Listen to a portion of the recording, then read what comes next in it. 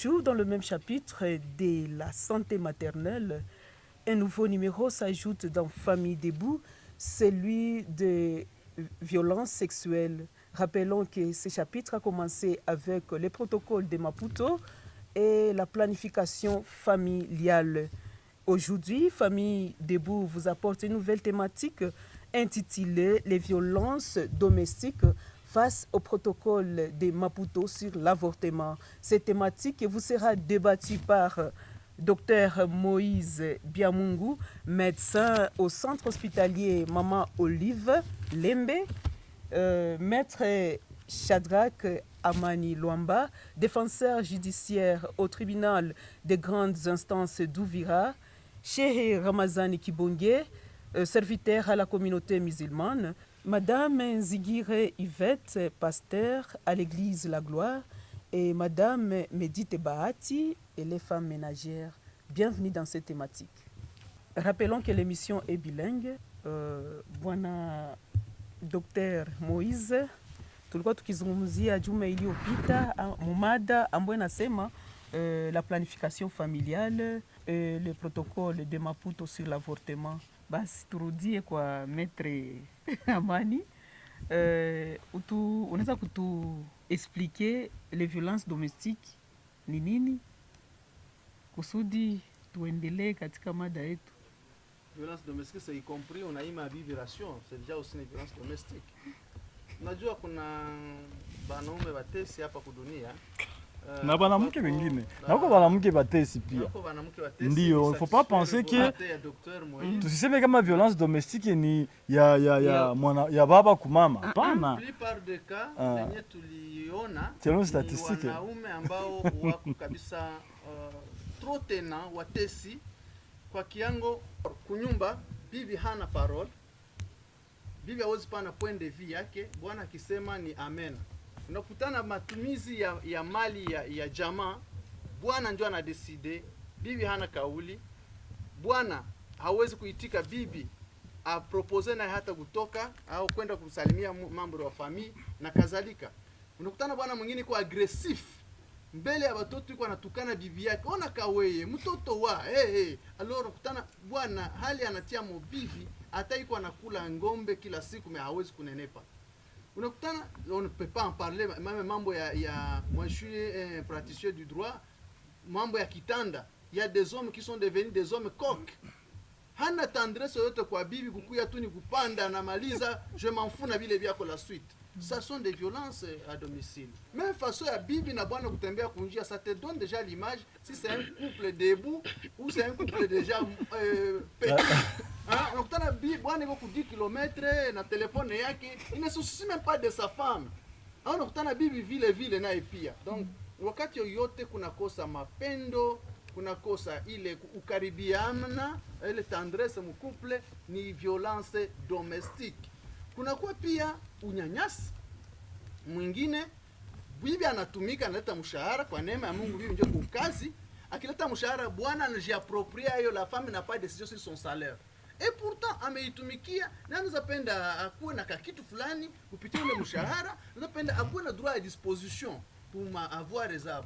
C'est-à-dire que leo ma violence domestique iko mingi katika mandoa, na hasa sisi wa Afrika tulikomala tunaona kama bwana ndio pouvoir, bwana ndio moteur. Mais kwa leo kuna kuwa ile article 14 yenye ya article 12 ya constitution inapatia wa mama nao chance ya kuwa na dimension moja ya kuweza kujiconsidere mutuellement kama watu wote ni sawa.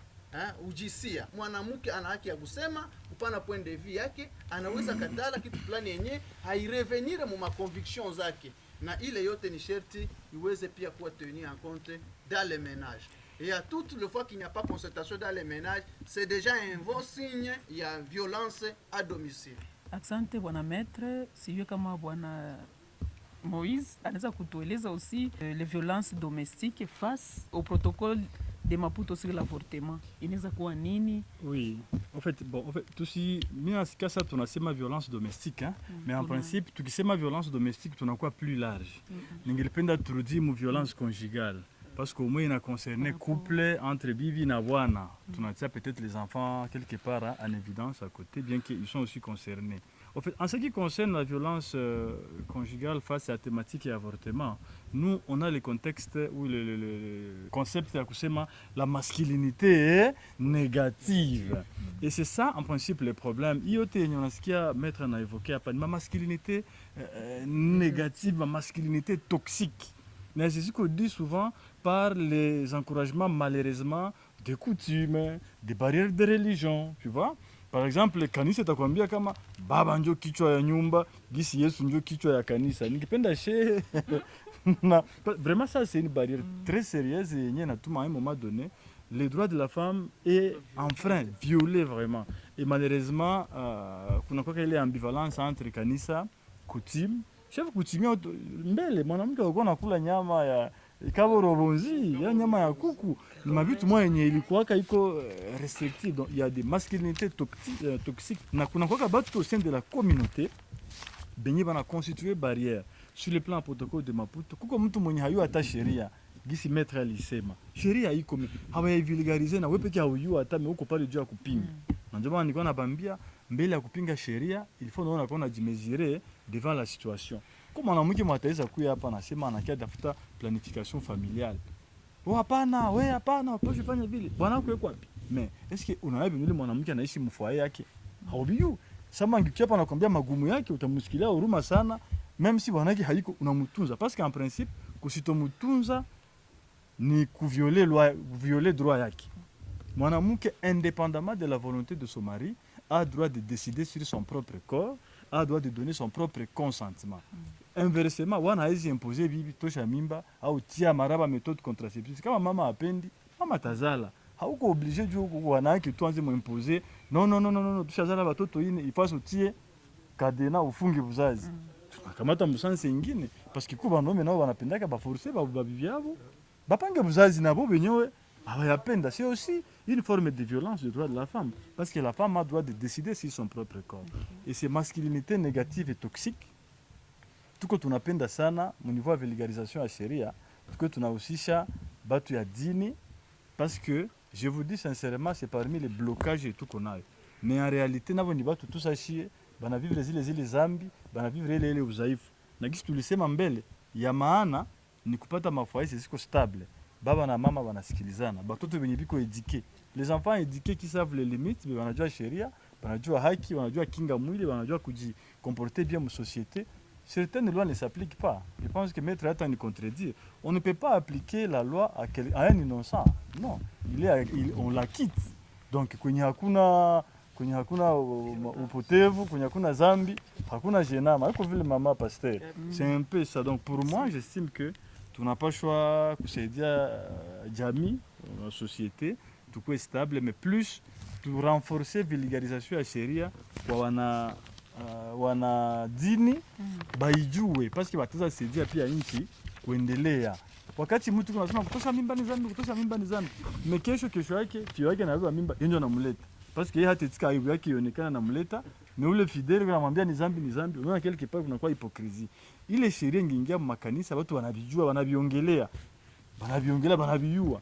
Itaweza kuwa ya mzuri sana. Asante mganga.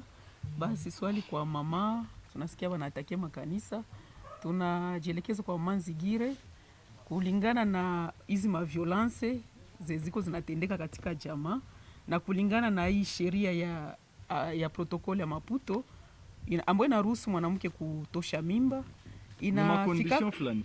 Siko tunasema inaruhusu mwanamke kutosha mimba na unanyamanzia pale parce que itakuwa sagisi unafungula boulevard mlango ya vyote kuramasia vyote na njoo yenyewe unatuma sheria kusikilika kwa watu. Tuseme hivi, bwana anakuja mnyumba na anahitaji atembee na bibi yake. Bibi anajikutana anatoka zala. Mtoto angali wa miezi kidogo na anaweza kuconcevoir haraka mapema.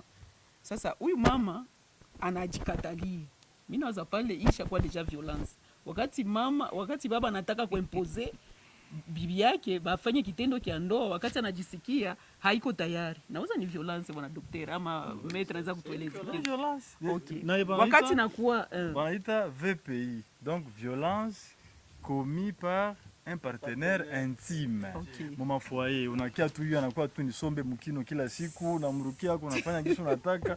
Hiyo vraiment ni Siyamaliza swali. juu tu baba njoo kichwa ya nyumba. En tout cas mimi napenda Siyamaliza swali. Mbele malize swali. Biblia nasema na mama.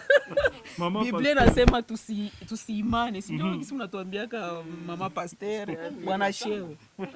Biblia naongeza isipokuwa mmepatana. Isipokuwa tumepatana. Sasa mwa ile ka bibi haya donc haiko d'accord kulingana na hali ya mwili wake na hapendi azale haraka kulingana na maisha yenye tuko tunaishi leo, labda na bwana gisi labda iko irresponsable mujamaa. Mama anajikatalia. Unaweza kuwashauria namna gani? Asante sana kwa kauli, ila ndarudia kwanza nyuma kidogo kufatana na intervention ya maître atana ya docteur.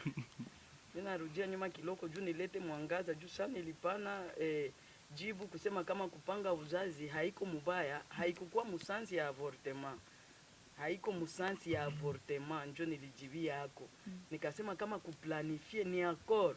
Juu kiangalia sheria Biblia natuambia bibi na bwana banakuwa deja mwili moya. Mwa ile sans njo nilijibia, mesiseme kama juu nilisikia maître anarudilia pale anasema kama ile tuliintervenir ni zambi. Me atukugusia musansi ya avortement. Avortement kabisa ni zambi, ni uwaji. Ni uwaji juu tunajua kama maisha inaanza de conception. Asante Omanzigire. Kisha samahani mama. Njo nilikuwa nasema kama jua alisema kama Biblia inaonesha kama ile mtu kuua, kutosha mimba kwanza ni kuua. Sasa mwa ile sansi ya kusema kama atukuapuye kusema kama bibi na bwana banaweza patana baende hospitali batoshe mimba juu balifatisha mbaya, ile ni uwaji na haiko permis. Bwana metra shaeleza na wazi. Asante. Sasa ingine daktari aligusia, mimi naona sakisi kuko MP ka confusion. Confusion ya nini? Juu sasa anasema kama ile mwanamke ye peke anaruhusiwa juu ya kuchunga mwili yake, juu ye peke ile yenjo kuna sibire ile makonsequence ile protokoli ya Maputo na mprotege, kama anaweza enda kuona hata daktari na aulize baba na naenda anasema hii mimba si kama sipendi naweza toka. Sasa mimi nilikuwa naona saa ile naweza fungula mulango kwa mama benye abiko assise bien mu mafoyer. Mimi nakupoze question mama, masukate kauli. Mimi napenda unijibie. Mama anakuya kufanya kirdame kwako. Ndiyo. Anakwambia iko na mimba. Mimba haiko ya bwanake. Ndiyo. Alifanya zambi, aliponyokiwa kaenda inji kwa mfano. Anakuya kwako iko na mimba ya mwezi mmoja tuseme. Ndiyo. Aliponyokiwa. Alitoka paski ya zambi ni kusituma kwanza ile mimba isikue. Korinda zambi haikuanza kumimba. Zambi ilianza korinda fazi na. Nafikiri ni vile. Sasa uniambie iko na ile mimba na kia kwako na kia kulomba shauri. Anakwambia najua kama sheria iko, sheria na ruhusu dans certaines conditions exactes kwenda kupata matunzo kwa hospitali. Anakwambia umpe shauri, anasema mama, mimi mimba haiko ya wanangu. Mimi niko mfwaye. Sasa nifanye nini? Nizinda kwa mganga wanitunze au nibajane hii mimba nizale kisha nikiambia bwanangu kama mtoto wako wake. Mais cette femme doit d'abord s'amener même en prison parce qu'elle a commis Mina pose kwa question kwa mama pasteur. Yeye ndio najibia juu unasikia Biblia nasema tume permis mais tu n'es pas utile. Alishafanya kosa na reconnaître. Alishafanya kosa na na reconnaître. Il faut navuna ile conséquence ya ile kosa. Ni kusema avunja bunyumba. Kama antake mie Mkristo sitamshauria aende atoshe ile mimba. Maana avunje bunyumba. Hapana, mimbo. Kama atavunja bunyumba ndamshauria omwa itike bunyumba. Kama itaishia pale atavuna ile zambi yenye alifanya. Siwezi mwambia kama ile mimba haitosha, kitosha anaua deja. Sasa hata kama ukiona Yesu anazala mtoto mwenye haiko wa bwana. Anakuya anasema pardon docteur. Anasema hii sheria, kuko sheria ya Mungu na kuko sheria sasa hivi ya nchi yetu. Ndio Yesu akasema mimi sikukia tosha ile sheria. Mimi nilikia leta ndani ile sheria mwangaza. Unasikia kama munyumba sasa vile tuko wapenda nyumba zisimame, familia ikwe debu. Mnapasha kwa education kwanza de base mule mfamie.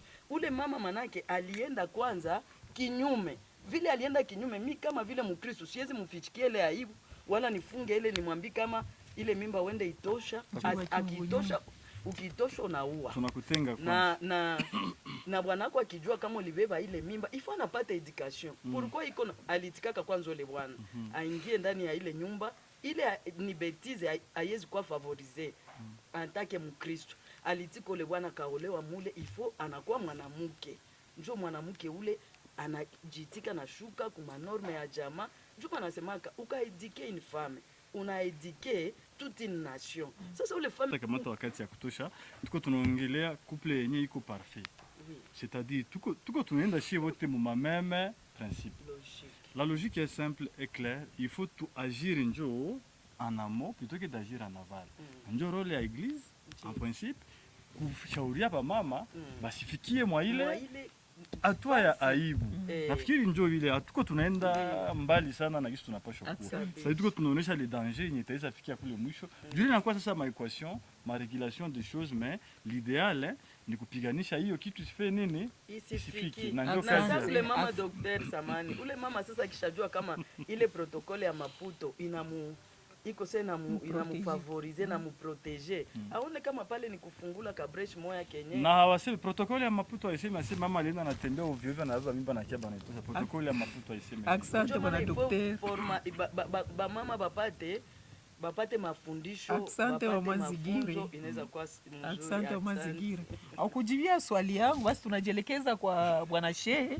Wakati baba iko na haja atembee na mama anajikutana haiko tayari kwa ile wakati, kulingana na labda hali ya kutoka kuuzazi, iko na miezi kidogo anatoka kuuzazi, wala iko mu periode mubaya, anaweza kuconcevoir atu moment, anajizuiza kutembea na mume wake. Eske nina makosa wala mama kikutaniwa jua naitika ile neno yenye tuko tunafundishiwa makanisa, mtu anapasha kutii mume wake, mtu anapasha kutii maandiko, musiimane, ijapokuwa huyu mama iko muhatari ya kuconcevoir mapema, ijapokuwa haikuwa intention yake. Asante sana mama Hortense, mama journaliste, kutokana na swali ambao unaniuliza kutokana na mwanaume ambaye anakuja kumuhitajia mke wake, na hali ya kwamba huyo mwanamke iko tayari na mtoto mdogo, anahofia wenda akifanya mapenzi kama hiyo wenda ataweza kupata mimba nyingine na ule mtoto atafikia kwa mimba yenye hatapenda kabisa.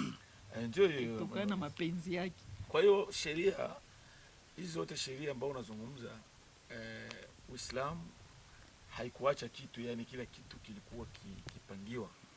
Hata swali kama hizi zilikuwa kiulizia hata katika hao mashehe wakubwa ambao wakitawala ulimwengu katika hali kama hiyo. Ndio wakati kama huo, unajua inapofikia katika ile hali, sheria ilipanga nini ambao ule mwanamke atafanya. Itabidi kwanza wazungumze na mwanaume kama itafikia wafanye mapenzi au atakuwa na ile preventive, yani hali kama hiyo, ili mwanaume wenda saa moja akimuima katika hiyo hali, itafikia yule mwanaume anachanganikiwa katika hali fulani, bila shaka itaweza kuleta tena tatizo lingine baadaye. Anaenda nje ya ndoa yake. Itaweza kuleta shida baadaye. Ataweza kumruhusu lakini asifikie Asante bwana shehe. Mama Nzigire, unasema nini? Kulingana na dini ya Kikristo, ule mama atafanya nini? Kulingana na dini ya Kikristo, ili swali tunaweza kuliresoudre je paraporo ya hii tematike tu kwamo akoro ya Maputo yenye haitaki avortement ikuwe na mama na iko mu periode ya kuconcevoir, atafanya je? Maana yake ni si ndio violence ile tukasema. Ule mama ni kukua ni kulomba Mungu neema, amupatie neema, aongee na ule bwana yake, amukubalie, anamuongelesha kwa utulivu, kwa upole, kwa kujishusha, anamubembeleza, anamwambia kwa hii wakati hii tendo tukiifanya mtoto ni mdogo. Sasa vile liswali ya kwanza unasema mwanamke akingala anatoka kwa maternite, unaweza kuta hayakuwa hata na 10 semaines anazala, hayakuwa hata na 3 semaines anazala, mais ule baba na presse tu ile mambo vile. Sasa ule mama ni wa kujua gisi ya kuongea na ule mume wake, ya kumuonesha kama Kulingana Mkristo. Mama Ivete, kulingana na neno la Mungu, Ndiyo. ule mama ana viole droit ya bwanake. Hapana, hayaiviole. Juu Mungu ni Mungu wa utaratibu. Mungu ni Mungu wa ordre. Mungu akwe Mungu wa desordre. Na kama litufanya jamaa ni ile wakati yenye tunaikala, tunaweza ongea mamoya, tunania mamoya, tunaoneshana hii ni nzuri na hii ni mbaya. Njoo nafasi ya jamaa hili. Sasa ule mama hayaviole wakati yenye atapima kumwelewesha mume wake, na mimi najua kama naye ni mtu haiko nyama. Asante bwana Metro na neno. Bon, niko na maneno kude dimension. Sawa, mwenye ndoa kwanza, niko mwenye ndoa, niko marie, ninaishi mkuple, pia na wazao watoto wengi kwa ndoa. Fadire watoto nasamia kundoa. Na tunaleta mashauri mengi. D'abord dans un couple sérieux, yenye couple iko debout ya hii emission yetu, bwana akimwambia mke wake ninakuhitaji kimapenzi, kisha mke amwambie siko tayari kwa leo kwa sababu ya afya, ule bwana mwenye nere zake zinaenea anapasha kuelewa. Là c'est un mari stable. Un mari stable. Kitu yenye iko normal parce que butamu ya tendo ya ndoa ni mazungumuzo. Wakati mlizungumuzia inawaletea raha, inawaletea uzuri wayo. Alors, katika couple yenye ina matatizo na magumu, ndiko pale kwenye tunashauria wenye ndoa kwa kuweza kuenda kumwona mganga wakati unajua kama bwanangu hawezi kuvumilia. Bon, parce que sheria yetu ya Kongo haikubali polygamy. Uislamu inakubali kama kwa kuweza kupita kinyume ya ile contrainte, unaweza kuwa na bibi wawili watatu baine. Ile ni Uislamu. Mais Ukristo inasema mume mmoja kwa mke mmoja. Na sheria yetu ya Kongo mume mmoja kwa mke mmoja. Alors, wakati kunakuwa ile instability na kama couple huko mstatizo bwana yangu hasikake nimwambie kama leo siwezi kumpatishia kuvyake. Alors, uende katia contraceptif. Kama metodi mganga anaijua. Alors, pale hakuna uuaji sababu ulizuia mimba isingie kwa wakati usioutaka. Alors, kutia ile contraceptif au kama ya depilili yeye anajua zaidi inakuruhusu kupokea mume wako, mimba haitaingia. Makuple zingine zinatesa wanawake, ya de mari benye banafanya masturbation mu madouche, anarudia n'a pas de souci, anamtesa mke anakufa na tamaa mundoa. Nafikiri kule kwingine anafanya vingine ya kinyume. C'est vraiment à la prochaine mimi nafurahi kuhusu hiyo jambo yenye unaevoke comme question parce qu'il inaleta contraception. Unaona kama kila kitu ça vient pour réguler des questions yenye peut-être leta matatizo mfoyer. Ça régule, la contraception veut réguler. Donc au lieu l'église catholique et protestante wanasema kama ni zambi par rapport à la Biblia. Uislamu inakubali. Alors si tunakia avec les libres méthodes tunasema on tranche par deux, on met les contraceptifs pour que mama asizuie mume wake na pia mke naye asipate matatizo ya na bwana siende nje. Asante. Na hiyo Uislamu inakubali kutokana na masikilizano entre bibi na bwana. Paka kwanza mwanamke naye akubali, yani lazima kupite mazungumzo baina yao. Mwanamke akikataa basi na wewe mwanaume lazima uangalie namna kuvumilia katika ile hali. Asante bwana shehe. Tuseme hivi kulingana na neno la Maître Mama Ivete na mganga hapa, tuseme kwa wanandoa kama wakati kitendo kia ndoa kinafanyika bila mapatano iko violence. Sheti watu wapatane. Asante. Mama Medit, una neno la kuongezea kulingana na ili jambo ili swali ambalo linasumbua wanandoa? Asante sana. Neno ambalo nitaongeza kwanza pale, ninataka kuonesha kama malgré si wa mama tuko na droit ya decision kwa mwili yetu na hatuwezi kuifanya sa bras de fer mu couple zetu mu foyer. Na hitaji wa mama wenzangu tukue na wakati ya dialogue. Ukwe kwanza dialogue mu foyer na kuongea na bwana yafaa kupatia kwanza wakati ya kujiexprimer. Haiko mama yenye iko naongea naongea. Pale itakuwa sagisi ni bras de fer, inaweza kuleta hata unapata majeuri kubwa, unapigwa, kunakuwa fujo, watoto wanakuwa kabisa muhali yenye wanaona desordre mu couple. Ile dialogue ni kumsikiliza kwa baba, kishamaliza nawaza mama Esther alikuwa na hekima. Tunaweza jifunza kwa hekima ya Esther alipokuwa na kusogelea mume wake mfalme na kumuexprime ile haja ya moyo wake. Esther hakuendaka kuonesha kama amekuwa malkia, lakini akanyenyekea kwanza.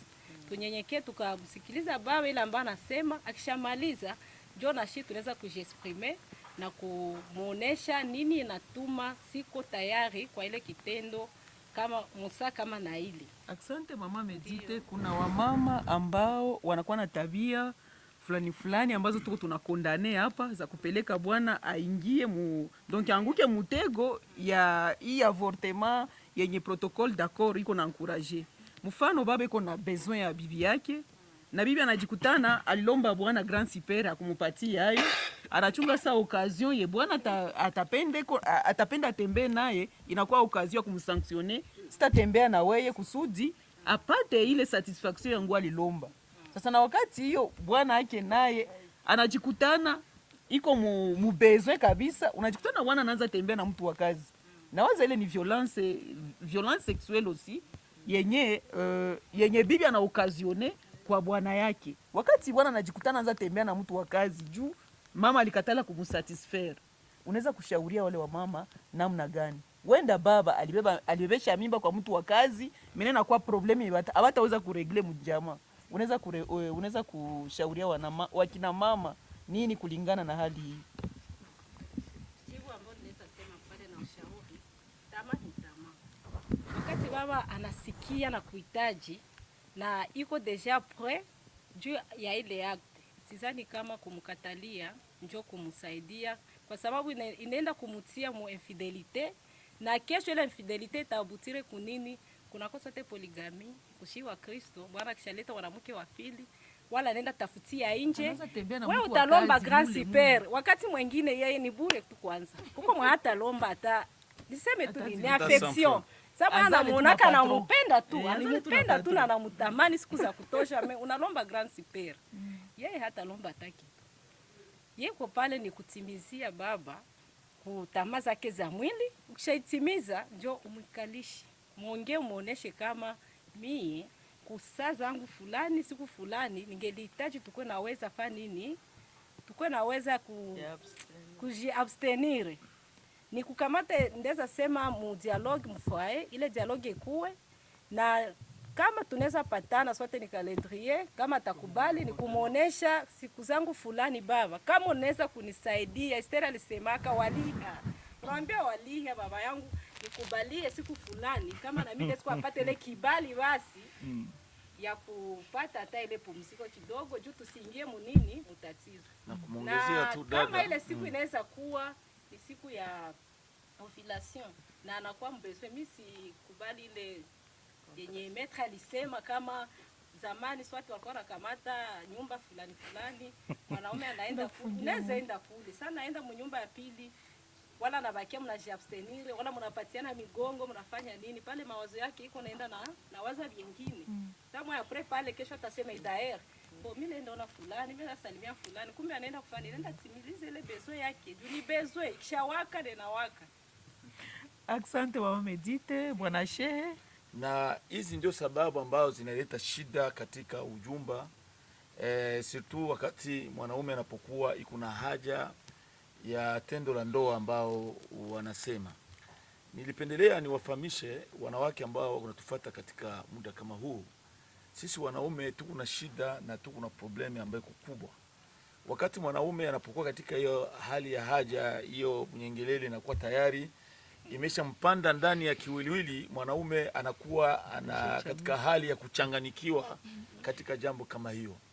Tunaomba wanawake waangalie namna gani ya kutuliza jambo kama hilo kwa hekima ya aina mbalimbali.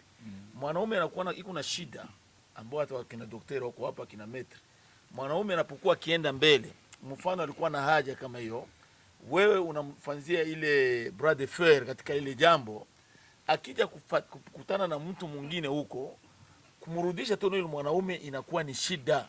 Yuko maana wanawake muangalie namna gani ya kuishi na waume zenu. Tunafika mwisho wa kipindi ketu Amka Jamaa ama Famille Debout. Ilikuwa kipindi ambacho kilitolewa kwenu naye Maître Amani Luamba. Mama Yvette Nzigire, Dr. Moïse Biamungu, Shehe Ramazani Kibonge, Medite Bahati, nami Hortense Fura Birato. Tulikuwa tukishikiliwa kwa ngambo ya ufundi naye Bwami Vincent. Asante na bye bye. Bye bye.